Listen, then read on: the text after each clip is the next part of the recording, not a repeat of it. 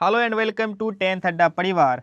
आज हम क्लास 10वीं के दो चर वाले रैखिक समीकरण युग्म चैप्टर का सभी प्रश्नों को प्रश्नावली 3.1 को हल करेंगे, जो कि आपके एग्जाम के लिए काफ़ी महत्वपूर्ण होता है। खास करके समीकरण बनाने में और ग्राफ बनाने में काफ़ी दिक्कत होती है, तो आज हम इन्हीं सवालों को हल करेंगे। आज हम पहले 3.1 के सभी प्रश्नों को हल करेंगे, तो चलिए बिना किसी देरी का शुरू करते हैं। प्रश्नावली 3.1 का पहला सवाल है, आफ्ताब अपनी पुत्री से कहता है 7 वर्ष पूर्व मैं तुमसे केवल 7 गुनी आयु का रह जाऊंगा।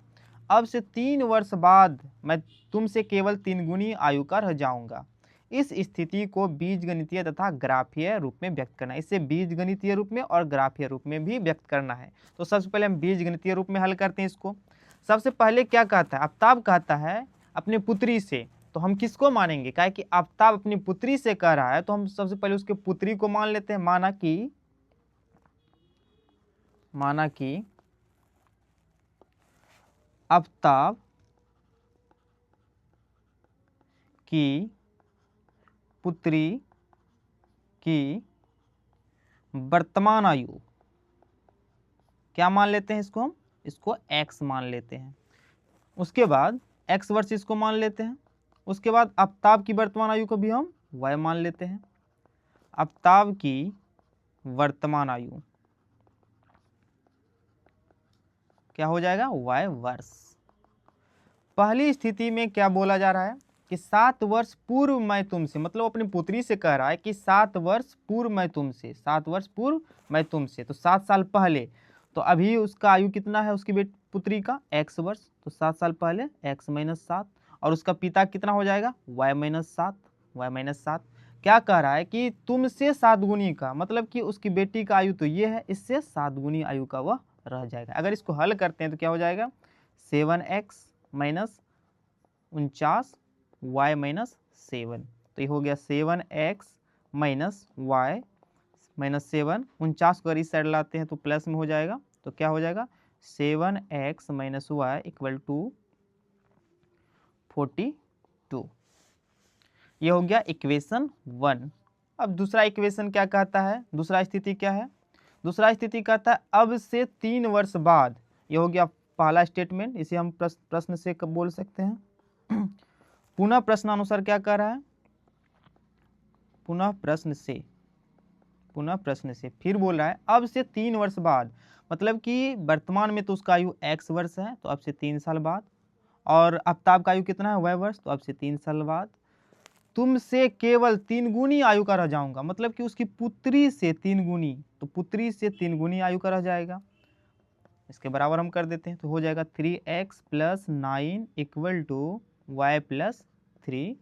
ये हो जाएगा 3x minus y equal to y minus 9। यहाँ पर बच जाएगा 3x माइनस वाई बराबर, यहाँ पे क्या था? सब यहाँ 3 था, यहाँ हो जाएगा -6। इसको इक्वेशन 2 मान लेते हैं। ये हो गया इसका बीजगणितीय रूप। ये कौन सा रूप हो गया? बीजगणितीय रूप। और यहाँ पर बोला गया है ग्राफीय रूप में भी इसको हल करना है, तो अगला पेज पे हम इसको ग्राफीय रूप में हल करते हैं। पहला समीकरण है 7x minus y equal to 42। 7x minus y equal to 42। पहला इक्वेशन है 7x minus y equal to 42। पहले इसको हम हल कर लेते हैं। तो इसको हल करने के लिए हम यहाँ पे x y मान लेते हैं। तो 7x इक्वल टू क्या हो जाएगा? 42 माइनस वाई। इसको हम लिख सकते हैं x बराबर 42 माइनस वाई, बाय में x को हम बाय में लिख सकते हैं, तो 7 हो जाएगा। अब यहाँ पर हम क्या करते हैं? y बराबर कुछ मान लेते हैं। अगर हम y बराबर 7 मान लेते हैं तो कितना हो जाएगा? यहाँ पर अगर y का मान 7 पुट करेंगे तो कितना हो जाएगा? 42 माइनस 7 हो जाएगा कितना? 35। अब 35 को 7 से हम भाग देंगे तो कितना हो जाएगा? 5। इसी तरह अगर हम y के बराबर 14 रख लेते हैं तो फिर कितना हो जाएगा? अगर y के बराबर हम 14 रख लेते हैं तो कितना हो जाएगा? 42 माइनस 14 हो जाएगा कितना? 28। 28 को अगर 7 से फिर डिवाइड करेंगे तो कितना हो जाएगा? y बराबर हमने कितना माना है? 14। तो x बराबर कितना बच जाएगा? 42 माइनस 14, तो 28, और 7 से डिवाइड करेंगे कितना हो जाएगा? 4। तो ये हो गया इक्वेशन 1 का सारणी। फिर इक्वेशन 2 क्या है? पहले इसको मिटा देते हैं। इक्वेशन 2 है 3x minus y equal to 3x minus y equal to -6। अगर इसको हल करेंगे तो यहाँ पर पहले x y, तो ये हो जाएगा 3x equal to -6 plus y, x बराबर हो जाएगा -6 प्लस वाई बाय 3। अब फिर हम x बराबर y बराबर कुछ मान लेंगे। तो यहाँ पर अगर हम y बराबर मान लेते हैं +9, तो क्या हो जाएगा यहाँ पर फिर 3/3, ये कट जाएगा, क्या हो जाएगा 1। तो हम y बराबर कितना माने थे 9, तो x बराबर क्या बचा 1। अगर हम y बराबर हम यहाँ पर 9 माने थे, यहाँ पर अगर 12 मान लेते हैं तो क्या हो जाएगा -6 प्लस 12/3, तो ये हो जाएगा 6/3, कितना आ जाएगा 2। तो हम y बराबर कितना माने थे 12 और x बराबर कितना आ जाएगा 2। अब इसको हम ग्राफीय रूप में हल करते हैं। तो ग्राफीय रूप में ये कैसे हल होगा तो ग्राफीय रूप में हल करने के लिए से हम सबसे पहले x और y कोऑर्डिनेट हम बनाते हैं। तो सबसे पहले हम एक x एक्सिस और एक y एक्सिस हम बनाते हैं।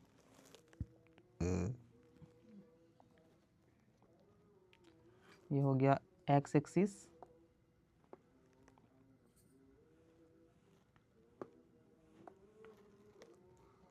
एक x एक्सिस हम बनाते हैं। ये हो गया y एक्सिस, फिर हम बनाते हैं एक y एक्सिस, x एक्सिस, ये हो गया x एक्सिस।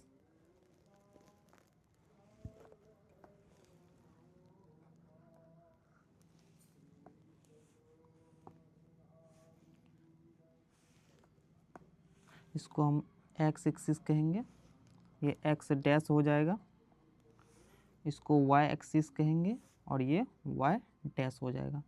यहाँ पे 0 होगा, इसको हम क्या मान लेते हैं x मेरा अधिकतम कितना है 4, तो हम इसको एक एक के फॉर्म में भी लिख सकते हैं 1 2 3 4 5 6 7 8। और y अधिकतम कितना है, y अधिकतम मेरा दोनों ही सारणी से 14 है, तो इसको हम 2 2 के फॉर्म में लिखते हैं क्योंकि हम 14 यहाँ तक नहीं पूर पाएगा। तो 2 4 6, इसको हम 8 10 12 14 16 18 20 22, और इधर हम नेगेटिव में लिखते हैं। तो इसको कैसे बनाएंगे, सबसे पहले हम पहले समीकरण को हल करेंगे। तो पहला समीकरण है 7x minus y equal to 4 2। तो इस सारणी को हम हल करते हैं। इस सारणी के अनुसार x बराबर कितना है 5, तो x में हम लेंगे 5 और y में कितना है 7। तो x 5 और y 7 कहाँ पे हो जाएगा, यहाँ पे 8 है, तो 7 इसके नीचे जस्ट होगा बीच में, तो यहाँ पे हो जाएगा x 5 और y 7, x 5 और y 7। फिर है x 4, x कितना है 4, y 14, तो x हमको 4 लेना है और y 14 लेना है, तो ये कहाँ पे हो जाएगा यहाँ पे। अब इन दोनों बिंदुओं को हम क्या करते हैं मिला देते हैं। इन दोनों बिंदु को हम क्या करेंगे मिला देंगे। तो इन दोनों बिंदु को सबसे पहले हम मिला देते हैं। इन दोनों बिंदु को हम सबसे पहले हम मिला देते हैं। तो इन दोनों बिंदु को सबसे पहले हम क्या करेंगे मिला देंगे।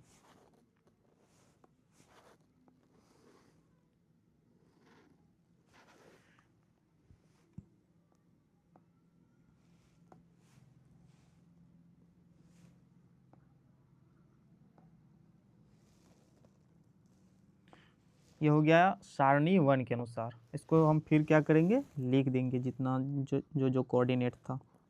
ये कितना था, तो ये था 4 और 14, और ये कोऑर्डिनेट कितना था 5 और 7। ये इक्वेशन 1 के अनुसार था। फिर इक्वेशन 2 के अनुसार जो सारणी है क्या है x बराबर 1 y बराबर 9। तो x 1 और y 9, y 9 कहाँ पे हो जाएगा, यहाँ पे बीचों बीच आएगा, बीचों बीच आएगा, ठीक है हम ले लिए। फिर अब क्या है x2 y 12, x2 और y12 हमें लेना है, तो ये यहाँ पे हो जाएगा x2 और y12। और फिर क्या करेंगे, हम इन दोनों लाइन को मिला देंगे। तो इन दोनों लाइन को हम मिला देते हैं।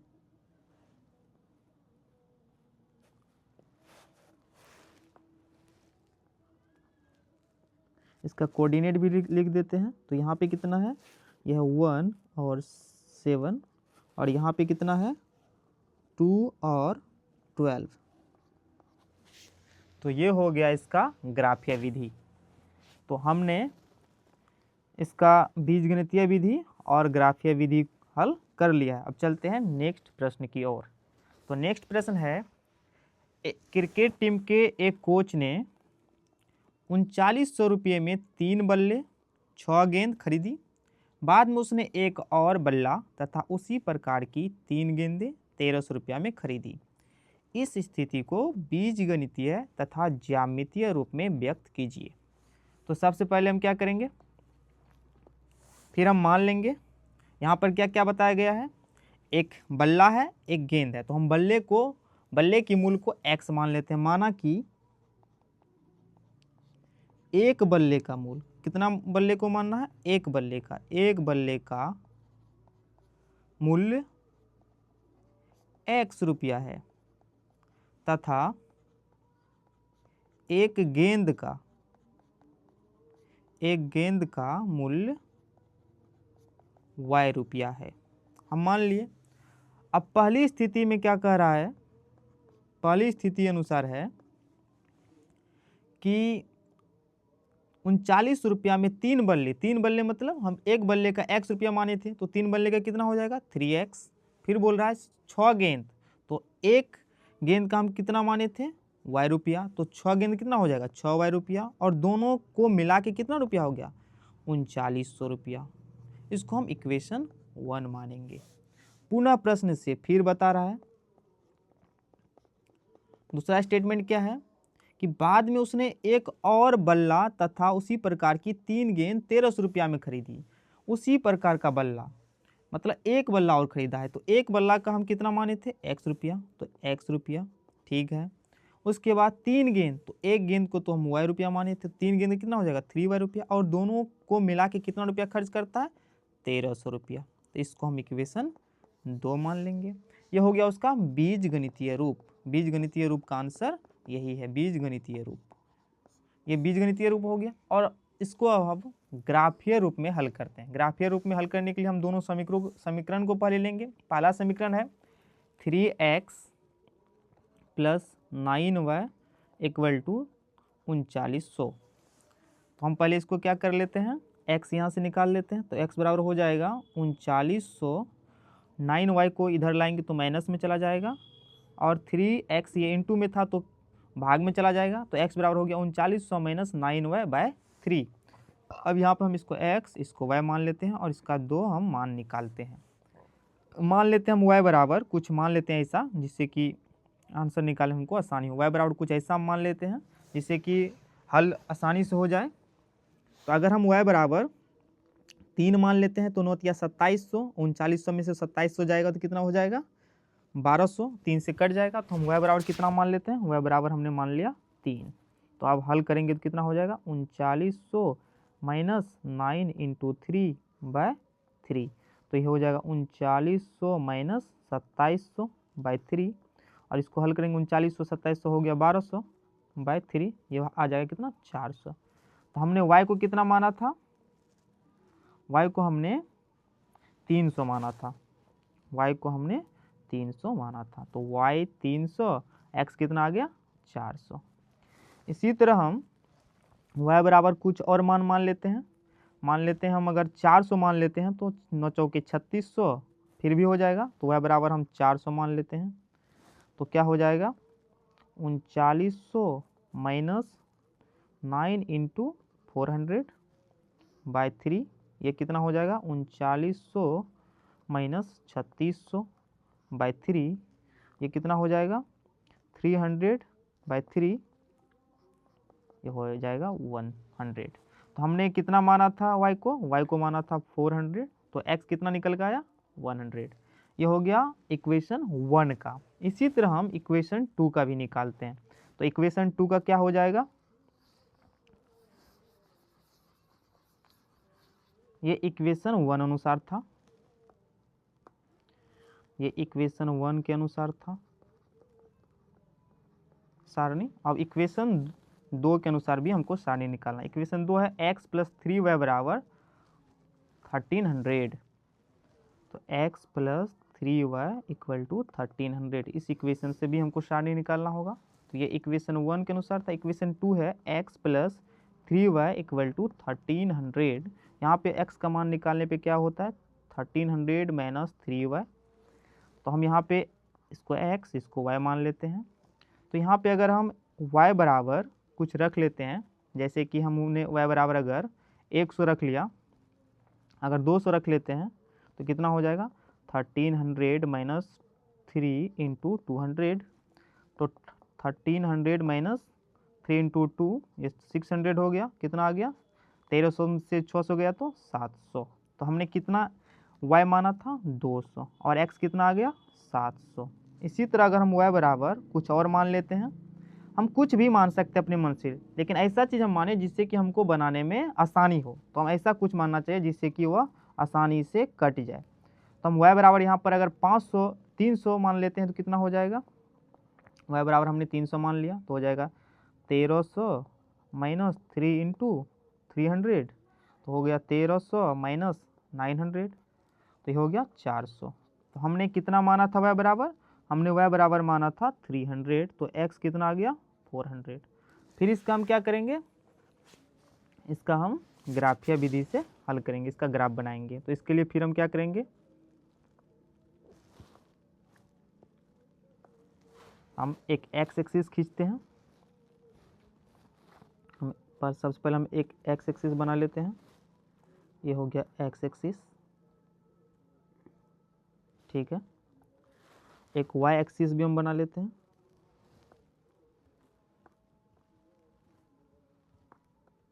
एक y एक्सिस भी हम बना लेते हैं, ये हो गया y एक्सिस।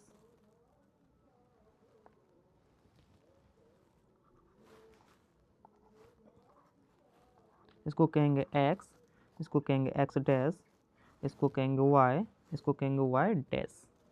इधर हम पॉजिटिव मानते हैं और इधर हम नेगेटिव मान रखते हैं। इधर भी नेगेटिव नेगेटिव, इधर पॉजिटिव। और ख्याल रखना है कि हमेशा y एक्सिस इस तरफ ही हमको लिखना है। सबसे पहले हम देखेंगे x अधिकतम मान कितना है, दोनों ही सारणियों से, दोनों सारणी के अनुसार x का अधिकतम मान 700 है, तो हम 700 तक ही लेंगे। तो हम मान लेते हैं 100 200 300 400 500 600 700 800, 1-200 ज़्यादा कर लेना है हमको। और y का अधिकतम मान कितना है, 400, तो इसको भी हम 100 मान के रख लेते हैं, कोई दिक्कत नहीं है।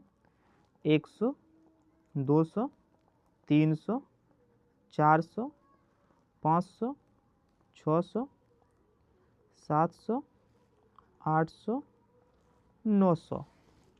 हमेशा ख्याल रखना है, इसको भी हम कुछ मान लेते हैं, -100 -200, इधर भी मान सकते हैं -100 -200। हमेशा ही ख्याल रखना है कि x एक्सिस के नीचे की ओर लिखना रहता है, y एक्सिस को लेफ्ट साइड लिखना रहता है। y एक्सिस का मान हमेशा लेफ्ट साइड ही लिखना रहता है, इस साइड। अब हम इसका मान रख देते हैं। तो सबसे पहले हम समीकरण 1 का लिखेंगे। समीकरण 1 का क्या है, x बराबर 400 और y बराबर 300। तो x बराबर 400 y बराबर 300 कहाँ पे आ जाएगा, यहाँ पे, ये इसका बिंदु हो गया। उसके बाद है x 100 और y 400, तो x 100 y 400 यहाँ पे आ जाएगा। अब इन दोनों बिंदुओं को सबसे पहले हम क्या करेंगे, मिला लेंगे। तो इन दोनों बिंदुओं को सबसे पहले हम मिला लेते हैं। इन दोनों बिंदुओं को हमने सबसे पहले मिला लिया। अब इसके कोऑर्डिनेट्स को लिख देंगे। इसका कोऑर्डिनेट कितना कितना है, तो ये कोऑर्डिनेट था 100, 400, और ये कोऑर्डिनेट कितना था 400। पहले हम x वाला लिखते हैं फिर y वाला, ये भी ख्याल रखना है कि पहले हम x का मान लिखते हैं फिर y का मान लिखते हैं। ये हो गया समीकरण 1 के अनुसार। अब समीकरण 2 का भी हम बना लेते हैं। समीकरण 2 कितना है, x बराबर 700 और y बराबर 200। तो x 700 और y 200, उसका कहाँ हो जाएगा, यहाँ पे, ठीक। और दूसरा कहाँ हो जाएगा, x 400 और y 300, x 400 और y 300 यहाँ पे ही होगा। अब इन दोनों को हम क्या करते हैं, मिला लेते हैं। तो इन दोनों को हम फिर से मिला लेते हैं। अब इन दोनों को हम फिर से मिला लेते हैं। तो ये हो जाएगा, तो समीकरण 2 के अनुसार क्या सब था, 700 और 200, और ये कितना हो गया, 400 और 300। यहाँ पे क्या हो गया, रेखा संपाती हो गया, एक दूसरे को ढक लिया, यही इसका आंसर है। तो ये था प्रश्न 2 का ग्राफीय विधि। अब चलते हैं हम नेक्स्ट प्रश्न की ओर। नेक्स्ट प्रश्न है, 2 केजी सेब और 1 केजी अंगूर का मूल्य किसी दिन 160 रुपया था। एक महीने के बाद 2 केजी अंगूर का मूल्य 300 हो जाता है। इस स्थिति को बीजगणितीय तथा ज्यामितीय रूप में व्यक्त कीजिए। 2 केजी सेब, 1 केजी अंगूर का मूल्य किसी दिन 160 रुपया था। एक महीने के बाद 4 केजी सेब और 2 केजी अंगूर का मूल्य 300 हो जाता है। इस स्थिति को बीजगणितीय और ज्यामितीय दोनों रूप में हमको व्यक्त करना है, यानी कि ज्यामितीय यानी कि ग्राफीय विधि से भी हल करना है। सबसे पहले हम बीजगणितीय विधि से हल करते हैं। तो चलिए शुरू करते हैं। सवाल है, तो यहाँ पे सेब और अंगूर का मूल्य 160 रुपया है। तो हम सबसे पहले सेब को मान लेते हैं। माना कि 1 केजी सेब का मूल्य x रुपया है तथा 1 केजी अंगूर का मूल्य y रुपया है, ठीक। अब प्रश्न से क्या कह रहा है कि 2 केजी सेब, 1 केजी सेब का हमने कितना रुपया रखा था, x रुपया, तो 2 केजी कितना हो जाएगा, 2x रुपया। और 1 केजी अंगूर, 1 केजी अंगूर का मूल्य कितना हमने रखा था, y रुपया, तो 1 केजी का मूल्य कितना हो जाएगा, y, और दोनों को मिला के कितना मूल्य हो जाता है, 160 रुपया। इसे इक्वेशन हम 1 मान लेंगे। फिर पुनः प्रश्न से क्या कह रहा है, पुनः प्रश्न से कह रहा है कि एक महीने बाद 4 केजी सेब, अब कितना सेब वो खरीद रहा है, 4 किलो, तो ये हो जाएगा 4x, क्योंकि हमने 1 केजी का x रुपया माना था, तो 4 किलो का 4x। और 2 केजी अंगूर, 1 केजी अंगूर का हमने y रुपया माना था, तो 2 केजी का 2y, और दोनों को मिला के कितना रुपया हो जाता है, 300 रुपया, दोनों मिला के 300 रुपया। इसे हम इक्वेशन 2 मान लेंगे। तो ये हो गया उसका बीजगणितीय रूप। अब नेक्स्ट हमें इसको ज्यामितीय रूप में भी व्यक्त करना है। तो चलिए नेक्स्ट स्लाइड की ओर हम इसको ज्यामितीय रूप में व्यक्त करते हैं। तो पहला इक्वेशन क्या था, 2x + y equal to 2xy equal to 160। इसको हल करते हैं, x y, 2x + y बराबर 160। तो 2x equal to 160 minus y, x equal to 160 minus y/2। अब यहाँ पर हम x y बराबर हम कुछ मान लेते हैं। y बराबर क्या मान लें, कुछ ऐसा माने कि जिससे हल करने में हमको आसानी हो। अगर हम यहाँ पे 40 मान लेते हैं तो क्या हो जाएगा, 160 माइनस 40/2, तो ये हो जाएगा 160 minus 40 equal to 120/2 equal to 60। तो हमने y को कितना माना था, 40, तो x कितना आया, 60। फिर y को हम कुछ मान लेते हैं, ऐसा कुछ माने कि जिससे हमको हल करने में आसानी हो। तो फिर y बराबर हम कुछ मान लेते हैं, y बराबर अगर हम 60 मान लेते हैं तो फिर क्या हो जाएगा, 160 माइनस 60/2, 100/2 इक्वल टू 50। तो हमने y को कितना माना था, 60, तो x कितना आ गया, 50। ये हो गया इक्वेशन 1। इक्वेशन 2 के अनुसार क्या है, इक्वेशन 2 है 4x + 2y equal to 300। 4x + 2y equal to 300 x y। तो इसको हम हल करते हैं। तो इसको हल करेंगे तो क्या आ जाएगा, यह है 4x प्लस 2y बराबर 300। तो 4x equal to 300 minus 2y, x बराबर 300 माइनस 2y बाय 4। यहाँ पर हम अगर y इक्वल टू कितना मान लेते हैं, अगर हम 50 इसको मान लेते हैं तो क्या हो जाएगा, हल करके देखते हैं। 300 माइनस 2 गुना 50/4, तो 300 माइनस 100/4, ये हो जाएगा 200/4, ये कितना आ जाएगा 50। तो हमने y बराबर कितना माना था 50, तो x बराबर भी कितना आया 50। फिर हम अगर y बराबर कुछ और मान लेते हैं, अगर हमने y बराबर अगर हम 25 मान लेते हैं तो फिर दशमलव में चला जाएगा। अगर हम 100 मान लेते हैं, y बराबर हमने 100 मान लिया, तो हल करके देखते हैं। 300 माइनस 2 इंटू 100, y का मान 100 है, बाय 4। तो ये हो जाएगा 300 माइनस 200/4, 100/4 बराबर 25। तो हमने y का मान कितना रखा था 100, तो x का मान कितना आया 25। अब इसको हम ग्राफ में बनाते हैं। तो सबसे पहले हम x एक्सिस खींचते हैं। तो एक x एक्सिस हम पहले खींच लेते हैं, ये हो गया x एक्सिस। फिर हम एक y एक्सिस बना लेते हैं, ये हो गया y एक्सिस।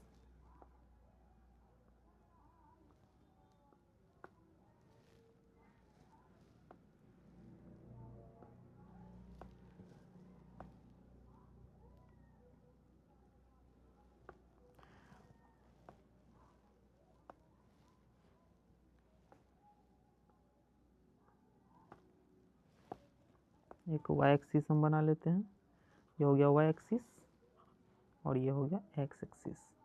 इसको मान लेते हैं x, ये हो गया x डैश, ये हो गया y, और ये हो गया y डैश। तो यहाँ पे x का अधिकतम मान कितना है 60, तो इसको हम 10 के फॉर्म में लिख सकते हैं। 10, 20, 30, 40, 50, 60, 70, 80, 2-3 ज़्यादा लिख सकते हैं। माइनस में हम लिख सकते हैं -10 -20, ये मान कितना होगा 0, इसको हम लिख सकते हैं। और y का अधिकतम मान कितना है 100, तो इसको भी हम 10 के फॉर्म में लिख सकते हैं। 10 में शायद ज़्यादा हो जाएगा तो हम 20-20 करके रख लेते हैं। 20, 40, 60, 80, 100, 120, 140, 160, इसको भी इधर हम रख लेते हैं -20 -30।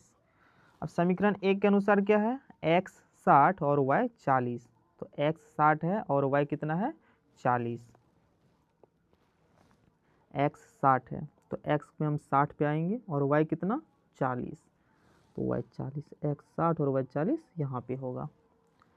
नेक्स्ट है x 50 और y 60, तो x 50 यहाँ पे और y 60 कहाँ पे हो जाएगा यहाँ पे, तो ये इसका बिंदु हो गया। अब इन दोनों को हम क्या करेंगे मिला देंगे, इन दोनों को हम मिला देते हैं।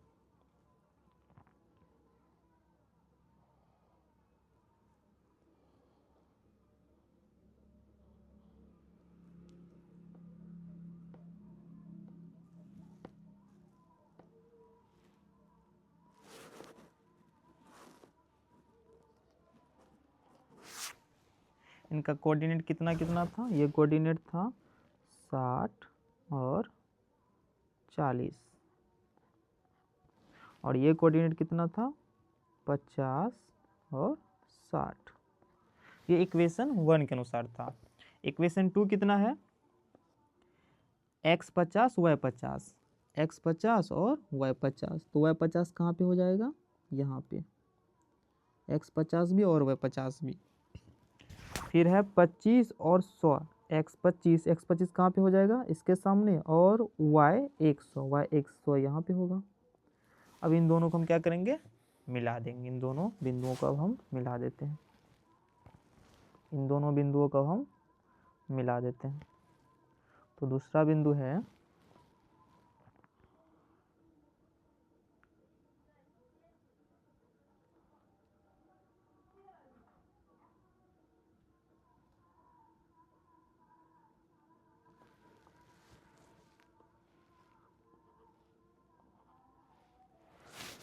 और यहाँ पर ये कोऑर्डिनेट था 50 और